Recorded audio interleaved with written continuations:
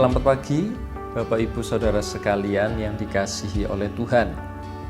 Saya berdoa kita semua dalam keadaan yang sehat. Puji Tuhan. Tema renungan firman Tuhan pada pagi hari ini, memelihara kesehatan jiwa. Saya akan menyampaikan kebenaran yang sangat sederhana tetapi penting. Sangat remeh tetapi menentukan.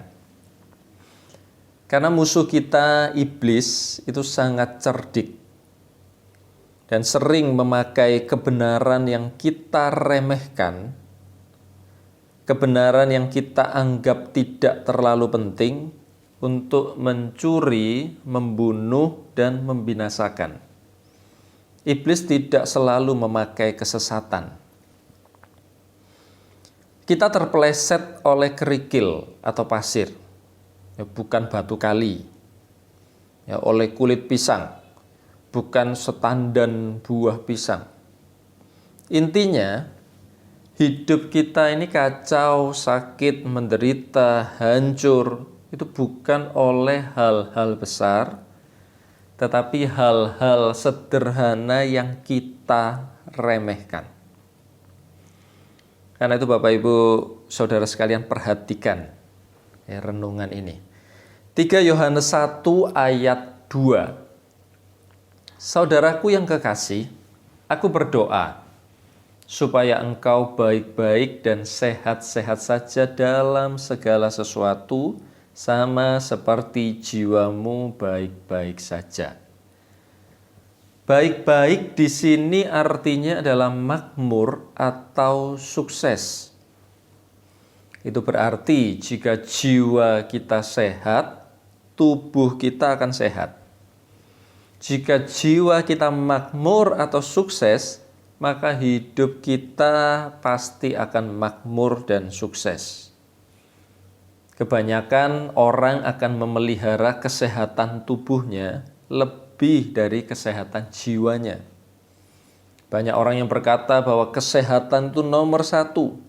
Ya, benar. Tetapi kesehatan jiwa itu nomor 1 dan kesehatan tubuh kita itu nomor 2. Jangan sampai hal ini terbalik. Bagaimana memelihara kesehatan jiwa kita?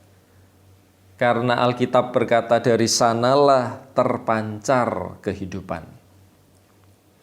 Tubuh dan jiwa itu sama seperti sebuah benda dan bayangannya di dalam cermin. Tubuh kita adalah cerminan dari apa yang terjadi dalam jiwa kita.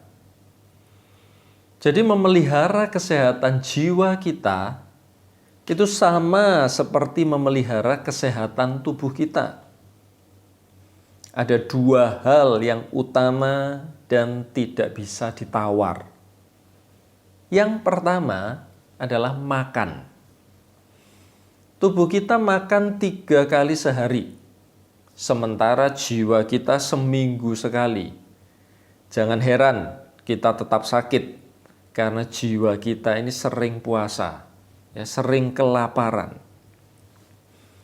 Di dalam Matius 4 ayat 4 ditulis demikian. Tetapi Yesus menjawab, ada tertulis, manusia hidup bukan dari roti saja, tetapi dari setiap firman yang keluar dari mulut Allah.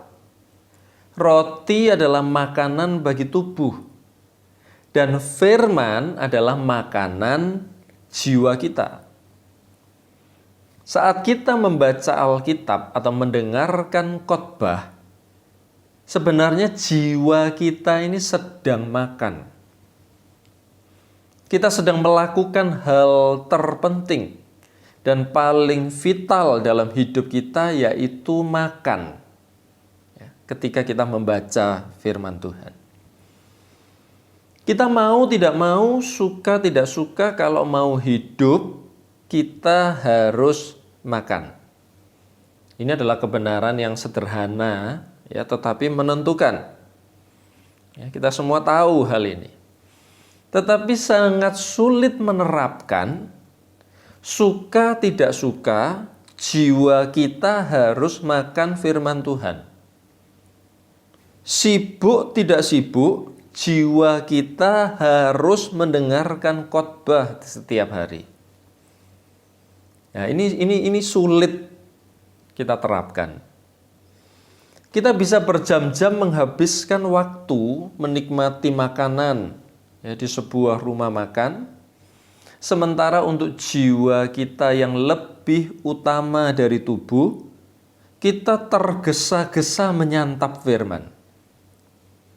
Dengan cara seperti ini kita tidak mungkin sehat, kita tidak mungkin makmur, dan kita tidak mungkin sukses. Yang kedua, bagaimana memelihara kesehatan jiwa kita? Yang kedua adalah istirahat.